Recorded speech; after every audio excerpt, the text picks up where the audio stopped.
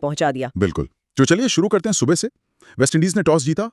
Pitch पर जैसा आपने कहा थोड़ी घास थी, मैच से पहले बारिश भी हुई थी, तो कप्तान रॉस्टन चेज ने पहले बल्लेबाजी चुनी।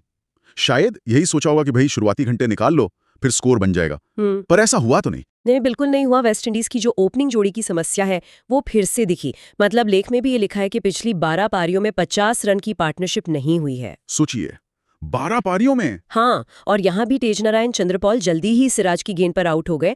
लेग साइड पर गई थी गेंद, जुरैल ने अच्छा कैच लिया। और फिर दूसरे एंड से बुमराह ने भी दबाव बनाया। जॉन कैम्बल को जिस गेंद पर उन्हें आउट किया वो तो काफी टेक्निकल थी। लेख बता रहा 1.5 डिग्री स्विंग अंदर, फिर टप्पा खाकर 1.2 डिग्री सीम बाहर। हाँ, वो सुनने में बहुत आंकड़े लगते हैं, पर बल्लेबाज के लिए बहुत मुश्किल होता है। कैसे? मतलब क्या होता है इससे? देखिए, बुमराह की खासियत है, जब गेंद हवा में अंदर आती है तो बल्लेबाज खेलने के लिए उसी लाइन में आता है, बल्ला सीधा लाता है। लेकिन अगर टप्पा खाने के बाद गेंद जरा सी भी बाहर निकले, जैसे यहाँ 1.2 डिग्री सीम हुई, तो बल्ले का बाहरी किनारा लगने का चांस बहुत ज्यादा हो जाता है। अच्छा, सही था। मतलब आधे घंटे के अंदर दोनों ओपनर वापस। अब यानी शुरुआत ही एकदम खराब। इसके बाद एलेक अथनासिया और ब्रैंडन किंग ने कोशिश जरूर की पारी को संभालने की, लेकिन फिर आया मोहम्मद सिराज का वो छोटा सा स्पेल। हाँ, छोटा मगर बहुत असरदार स्पेल था वो। उसे टर्निंग पॉइंट भी कह सकते हैं। खासकर ब्रैंडन किंग का विकेट। वो कैसे आउट हुए? सिराज ने क्या किया? सिराज ने पूरा सेटअप किया उन्हें। कुछ गेंदें अंदर काटी, निप बैकर्स जिसे कहते हैं। किंग ने उन्हें डिफेंड किया। फिर एक गेंद सीधी डाली जिस पर किंग ने कवर ड्राइव भी मारा। अच्छा। अगली गेंद सिराज ने लगभग उसी लाइन पे फेंकी। तो किंग को लगा हुआ कि ये भी सीधी आएगी या बाहर जाएगी? बिल्कुल, शायद यही सोचा उन्होंने। लगा कि गेंद बाहर की तरफ निकलेगी स्विंग होकर, तो बल्ला हटा लिया, खेलने नहीं गए। लेकिन सिराज ने गेंद सीधी रखी।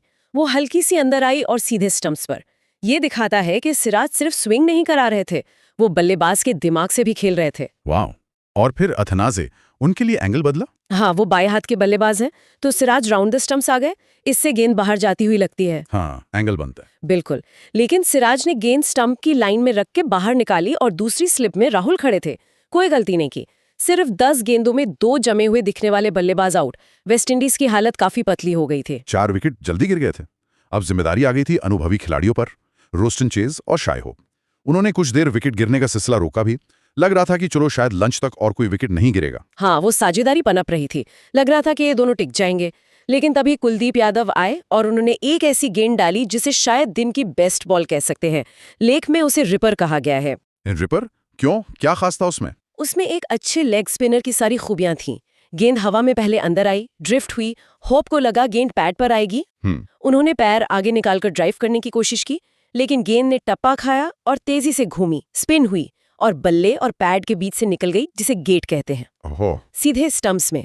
होप जैसे सेट बल्लेबाज का इस तरह आउट होना बताता है कि गेंद कितनी अच्छी थी। और बस इसी विकेट के साथ लंच हो गया। तो लंच पर वेस्टइंडीज 90 पर 5। यहां से तो वापसी बहुत ही मुश्किल लग रही थी। बहुत मुश्किल। और लंच के बाद भी कहानी ज्यादा नहीं बदली। स्कोर 100 के पार गया जरूर। हाँ, थोड़ा सा आगे बढ़े। लेकिन फिर सिराज ने अपना चौथा विकेट लिया। इस बार कप्तान रॉस्टन चेज को एक बहुत अच्छी आउट स्विंगर डाली। बाहरी किनारा लगा और जुरेल ने एक और अच्छा कैच पकड़ा। ये सिराज का भारत में बेस्ट प्रदर्शन है, 4 विकेट। हाँ, 440। ये दिखाता है कि वो इंग्लैंड दौरे वाली फॉर्म में ही है। इसके बाद एक डेब्यूटेंट थे खेरी पेरे और जस्टिन ग्रीव्स। इन्होंने थोड़ी देर और संघर्ष किया, लेकिन फिर वॉशिंगटन सुंदर आए छठे गेंदबाज के तौर पर और उन्होंने पियरे को एलबीडब्ल्यू कर दिया। और जब स्कोर 144 पर 7 हुआ तब लगा शायद 170-180 तक पहुंच जाएं। लेकिन फिर बुमराह वापस आए अपने दूसरे स्पेल के लिए और उन्होंने तो आते ही मैच का रुख बिल्कुल ही बदल दिया। वो यॉर्कर, लेख में जिक्र है 2 जबरदस्त यॉर्कर्स का। वो दोनों गेंदें लगभग ऐसी थीं कि खेली ही नहीं जा सकती। एकदम निशाने पर, तेज गति से। निचले क्रम के बल्लेबाजों के पास उसका कोई जवाब ही नहीं था। स्टंप्स उखड़ गए दोनों बार। हाँ, दोनों बार स्टंप्स बिखेर दिए। स्कोर अचानक 144-7 से सीधा 153-9 हो गया। बुमराह ने फिर दिखाया कि वो क्यों इतने खास हैं। एक छोटी सी बात तो लेख में और है कि इसके बाद बुमराह थोड़ी ऑफ स्टंप के बाहर गेंदबाजी करने लगे। क्या वो सिराज को 5वां विकेट दिलाने की कोशिश कर रहे थे? ऐसा लग तो रहा था। सिराज अपने पहले फाइफर के करीब थे भारत में, तो शायद बुमराह चाह रहे थे कि स्ट्राइक सिराज को मिले और वो अपना 5वां विकेट ले लें। ये टीम गेम की अच्छी बात है। खैर, वो हो नहीं पाया। अंत में कुलदीप ने आखिरी विकेट जुमेल वॉरेकन का लिया और पूरी टीम 162 पर ऑल आउट हो गई। 162 रन। पूरी पारी में देखें तो सबसे ज्यादा रन जस्टिन ग्रीव्स के थे, 32 रन। ये क्या दिखाता है? यही दिखाता है कि किसी भी बल्लेबाज ने टिकने की जिम्मेदारी नहीं ली। शुरुआत मिली कुछ को, छोटी छोटी साझेदारियां भी हुई, पर कोई भी उसे बड़ी पारी में नहीं बदल सका। टेस्ट मैच में खासकर पहली पारी में 162 रन बहुत कम होते हैं। गेंदबाजी के आंकड़े तो शानदार रहे। सिराज 440, बुमराह 342, कुलदीप 225। हाँ, तीनों ने बेहतरीन गेंदबाजी की। तो वेस्टइंडीज की पारी जल्दी खत्म हुई। अब दिन का आखिरी सेशन बचा था और बारी थी भारतीय बल्लेबाजों की। केएल राहुल और यशस्वी जायसवाल उतरे। शुरुआत काफी धीमी रही। हाँ, रन रेट बहुत कम था, लगभग 2 रन प्रति ओवर। ये क्यों? पिच मुश्किल थी या कोई प्लान था? मुझे लगता है दोनों बातें थी। थोड़ा प्लान भी था और पिच को समझना भी था। दिन का आखिरी सेशन है, नई गेंद है, वो कुछ कर सकती है। तो राहुल और जायसवाल ने शायद सोचा कि अभी जोखिम नहीं लेना है, विकेट बचाना ज्यादा जरूरी है। गेंद को पुराना होने देना चाहते थे। हाँ, और पिच को समझना भी। लेकिन फिर बीच में बारिश आ गई। हाँ, खेल रुका कुछ देर और जब दोबारा शुरू हुआ तो यशस्वी जायसवाल एकदम अलग मूड में दिखे। तेजी से रन बनाने लगे, 7 चौके लगा दिए फटाफट। हाँ, जायसवाल का वो नेचुरल गेम है, वो बाउंड्री ढूंढते हैं। शायद ब्रेक के बाद उन्हें लगा कि अब रन बनाने चाहिए, या हो सकता है गेंदबाजों की लय टूटी हो, जिसका फायदा उठाया। उनकी बैटिंग से स्कोरबोर्ड चलने लगा। पर वो तेजी शायद महंगी पड़ गई। 36 रन पर थे, 8वां चौका लगाने गए और जेडन सील्स की गेंद पर विकेट के पीछे होप को कैच दे बैठे। हालांकि पहले विकेट के लिए 68 रन जोड़ चुके थे। ये अच्छी शुरुआत थी, पर जायसवाल निराश होंगे जिस तरह वो आउट हुए। सेट हो गए थे, उम्मीद थी कि लंबी पारी खेलेंगे। उनके जाने के बाद साई सुदर्शन आए, पर वो भी ज्यादा देर टिक नहीं पाए। उन्हें रॉस्टन चेज ने बोल्ड कर दिया। लेख में लिखा है गेंद स्किड कर गई। ये क्या होता है? स्किडन वो गेंद होती है जो टप्पा खाने के बाद उम्मीद से ज्यादा तेजी से और नीचे रहकर निकल जाती है, फिसली जैसे। अच्छा। चेज की वो गेंद शायद पिच से फिसली, ज्यादा उठी नहीं। सुदर्शन शायद बैकफुट पर खेलने गए उछाल की उम्मीद में, पर गेंद नीचे रह गई और बोल्ड हो गए। इससे ये भी पता चलता है कि पिच से अब स्पिनरों को भी मदद मिलने लगी थी। भारत ने 2 विकेट तो खो दिए, लेकिन दूसरे छोर पर केएल राहुल टिके रहे। उन्होंने अपना अर्धशतक पूरा किया और नॉट आउट लौटे। इस पारी की अहमियत कितनी है? राहुल की ये पारी बहुत अहम है इस सिचुएशन में। जब जायसवाल और फिर सुदर्शन जल्दी आउट हो गए, तब राहुल ने एक एंड पकड़कर रखा। न सिर्फ अपना विकेट बचाया, बल्कि स्कोर को भी आगे बढ़ाया।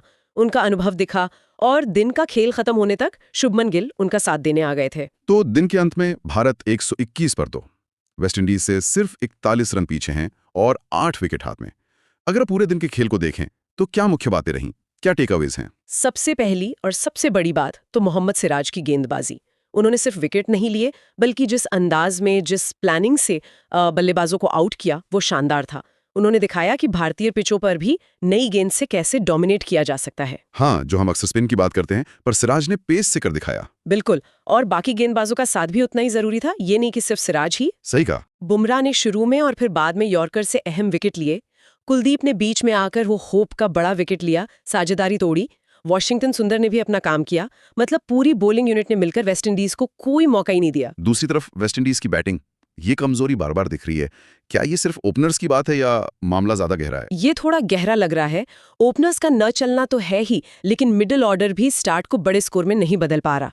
32 रन हाईएस्ट स्कोर है, यही बताता है कि कोई भी टिक नहीं पाया। टेस्ट में पार्टनरशिप बहुत जरूरी होती है, वेस्टइंडीज आज वो बना ही नहीं पाई। और भारत की बैटिंग, 2 विकेट गिरे हैं पर स्थिति कंट्रोल में लगती है। हाँ, राहुल की वजह से स्थिति कंट्रोल में है। जायसवाल ने तेज रन बनाए, भले ही आउट हो गए पर रन रेट सही रखा। सुदर्शन का विकेट एक झटका जरूर था, पर भारत अभी भी बहुत मजबूत स्थिति में है।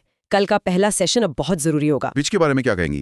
पहले दिन कैसा खेली और आगे क्या लग रहा है? पिच ने जैसा सोचा था वैसा ही किया। शुरू में पेस गेंदबाजों को मदद मिली, सीम भी हुआ, स्विंग भी। लेकिन जैसे जैसे खेल आगे बढ़ा, हमने देखा कुलदीप को अच्छा टर्न मिला, चेज की गेंद भी ग्रिप कर रही थी। सुदर्शन वाली गेंद। बिल्कुल, इसका मतलब पिच में स्पिनर्स के लिए मदद है और ये आगे और बढ़ सकती है। तो कल बैटिंग शायद उतनी आसान न हो जितनी आज लग रही थी। तो कुल मिलाकर अहमदाबाद टेस्ट का पहला दिन तो साफ साफ भारत के नाम रहा। पहले बॉलर्स ने वेस्टइंडीज को सस्ते में निपटाया और फिर राहुल के नॉट आउट 50 ने भारत को ड्राइविंग सीट पर बैठा दिया है। एकदम सही का पहला दिन पूरी तरह से भारत का। अब देखना है कि कल वो इस पकड़ को कितना मजबूत करते हैं। यहाँ से एक सवाल ये उठता है और शायद दर्शक भी सोच रहे होंगे, भारत सिर्फ 41 रन पीछे है, 8 विकेट्स बाकी हैं, तो क्या टीम इंडिया कल इतनी बड़ी बढ़त लेने की सोचेगी कि दोबारा बैटिंग की जरूरत ही ना पड़े? ये बिल्कुल सोचा जा सकता है और शायद यही प्लान भी हो। खासकर वेस्टइंडीज के पहली पारी के स्कोर को देखते हुए भारत जरूर चाहेगा कि एक बहुत बड़ी लीड ले और मैच पर पूरी तरह कब्जा कर ले। लेकिन क्या ये आसान होगा? उतना आसान भी नहीं होगा। वेस्टइंडीज के पास भी गेंदबाज हैं, सील्स हैं, चेज खुद स्पिन अच्छी करते हैं। अगर वो कल सुबह जल्दी 1-2 विकेट निकाल लेते हैं तो शायद मैच में थोड़ी जान आ जाए। कल का पहला घंटा, पहला सेशन बहुत कुछ तय करेगा। क्या भारत इसे एक तरफा बना देगा या वेस्टइंडीज वापसी का कोई रास्ता बनाएगा? ये देखना दिलचस्प होगा कि राहुल और गिल कल किस अप्रोच से खेलते हैं। अटैक करेंगे या संभल कर बड़ी पार्टनरशिप बनाएंगे, इस पर नजर रहेगी।